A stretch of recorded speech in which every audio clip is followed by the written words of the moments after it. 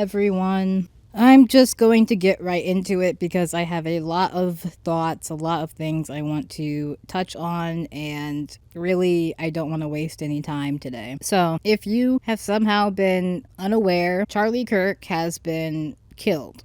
Assassinated, really. Before we go any further, I want to make it 100% clear that despite my personal feelings on Charlie Kirk, which I will get into in this video, I don't think Charlie Kirk deserved to die. I don't wish that kind of brutal death on anybody. I feel for his family, for his children. Even though every time I saw Charlie Kirk's face on my screen, it made me physically angry, I never would have wanted something like this to happen to him or to any other human being, despite how I may feel about them as a person. With that being said, this event has definitely brought up a lot of feelings about certain things, and I did want to talk about them. Charlie Kirk has left behind a somewhat complicated legacy, I guess you could say, and the media is not portraying it accurately. Like I hinted at earlier, I do not like Charlie Kirk. I have never liked Charlie Kirk. I am a leftist. I am a black woman. I'm not sure Charlie Kirk would have viewed me as an equal human being. Overall, I just don't like Charlie Kirk. Never have. So I think he's racist. I think he's misogynistic. But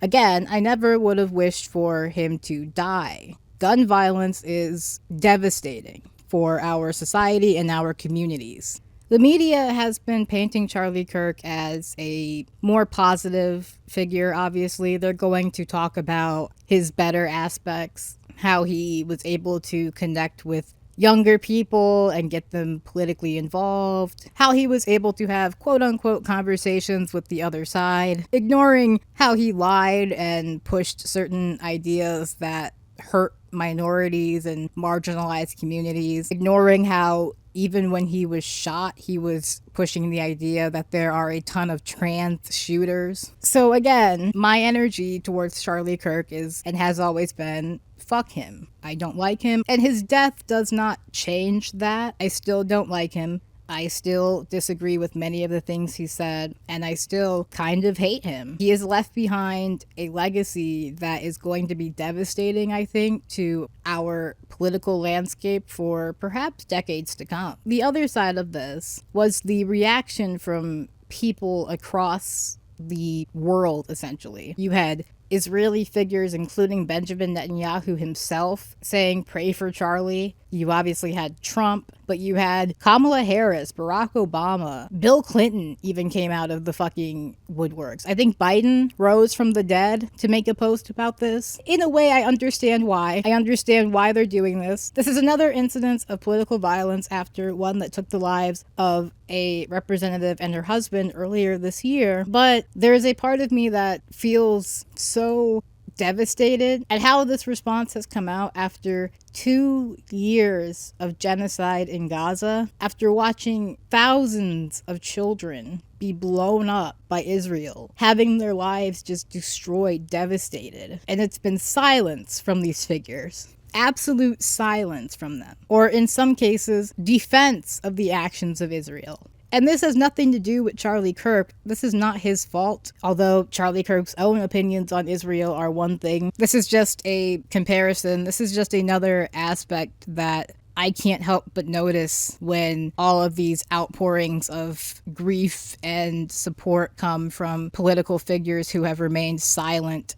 in the wake of the genocide in Gaza. And it is truly heartbreaking to me, and it's truly frustrating to me because it demonstrates that they are capable of showing support, of caring, of having some sort of empathy for another human being, but for one reason or another they cannot extend that empathy to the Palestinians, whether it be money, support of Israel, blatant racism, whatever it is. The Palestinians are not deserving of that empathy from them, but Charlie Kirk is. I don't know. I don't know. Again, I'm not saying that Charlie Kirk deserved to die for the things he said. I don't think that is the case at all. The last 24 hours have been a little weird because it's not that I don't have empathy for Charlie Kirk and his family. I absolutely do. But every time I do see some of the stuff that he said, or I am reminded of his opinions and viewpoint on things, there is that sort of gut reaction that wants to withdraw that empathy. But I am doing my best to make sure my empathy is not conditional here, even if that means having to remind myself every now and again that this was another human being who did not deserve to die, especially like this. And Charlie Kirk was a father. No matter what, no child deserves to grow up without their father. But I do stand by all the other stuff I have said as well, that being this public response in the face of so much silence or support of Israel. It paints a very vivid picture of the world we live in. A very vivid picture, in my opinion. So I'm going to wrap this video up here. I really just wanted to get some of my thoughts out because I had a lot of thoughts on this. And again, I wish Charlie's family all the best, his children the best.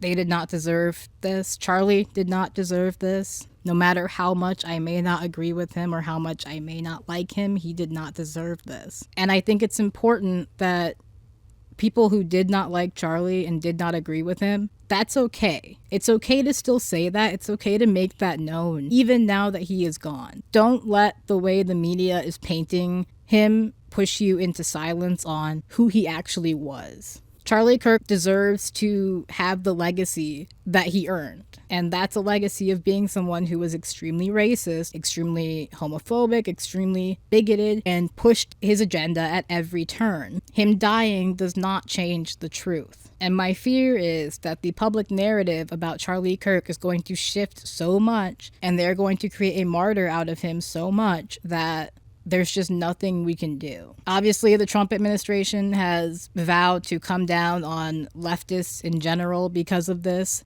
Look at what he did to DC for big balls, you know? Imagine what he's gonna do for Charlie Kirk. I don't know, man. I'm definitely scared on that front. In truth, he needs to go after the Mormons.